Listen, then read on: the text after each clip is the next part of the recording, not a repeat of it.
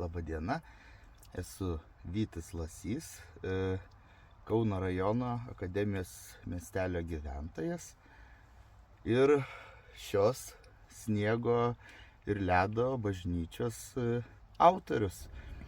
Tai kiekvienais metais vis kažką tai pastatau iš sniego, bet šiais metais mano idėja susilaukė itin daug žmonių ir žiniasklaidos dėmesio, kadangi nusprendžiau pastatyti bažnyčią. Tai mintis kilo pastatyti bažnyčią dėl to, kad pasaulis gyvena labai neramiu laikotarpiu, aplinkui vyksta įvairūs karai.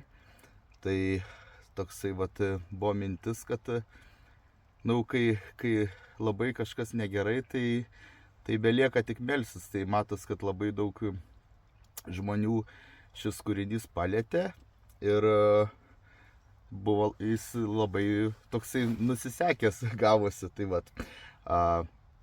Tai bažnyčios pamatą padariau iš ledo, į kibirą įpylęs vandens jį užšaldžiau ir gavos tokie labai gražus ledo blokai.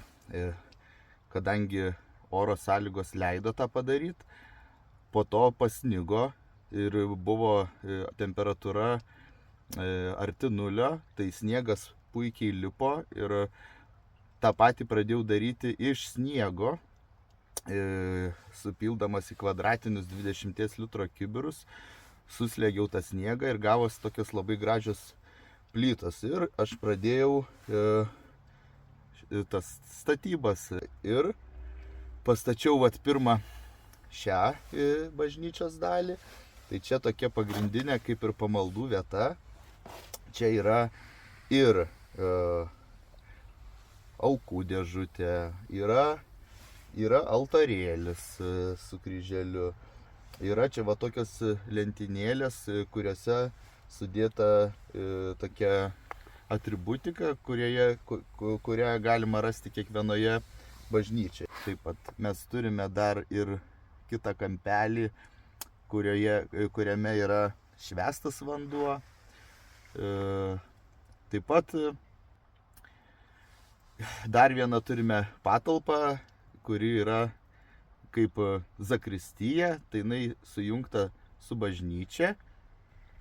Tenais yra staliukas, yra lentynėlė, yra skulptūrėlės, yra 2 suolai padengti kailiais, kad galima būtų čia ateiti, pabendrauti, išgerti arbatos, pasidalinti įspūdžiais. Ant bažnyčios viršaus yra varpinė, tai realiai varpinė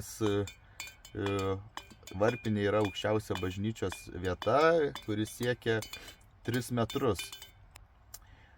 Kai pastačiau bažnyčią, nesiliovė snigti, todėl nusprendžiau pastatyti ir dar vieną pastatą, tai kleboniją. Klebonijos išorėje pastačiau tokias ledo kolonas, kurios pastatui priduoda tokios prabangos, tarsi baroko elementai. O viduje padariau miegamą vietą su lova, taip pat žvakelės, kurios suteikia jaukumo ir šviesos, ledo staliukas, tokia ledo kaip ir spintelė, susidėti smulkiem daiktams.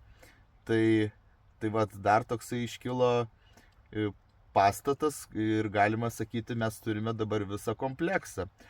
Tai tiek tos klebonijos, tiek ir bažnyčios yra išorėje architektūrinių tokių elementų kaip kontraforsai, tai čia labiau būdingi gotikiniam stiliui. Tai čia toksai, sakykime, stilių kratinys, bet duoda taip pat bažnyčiai ir tokio savitumo, unikalumo ir išskirtinumo, sakykime. Tai yra grinai mano kūrinys.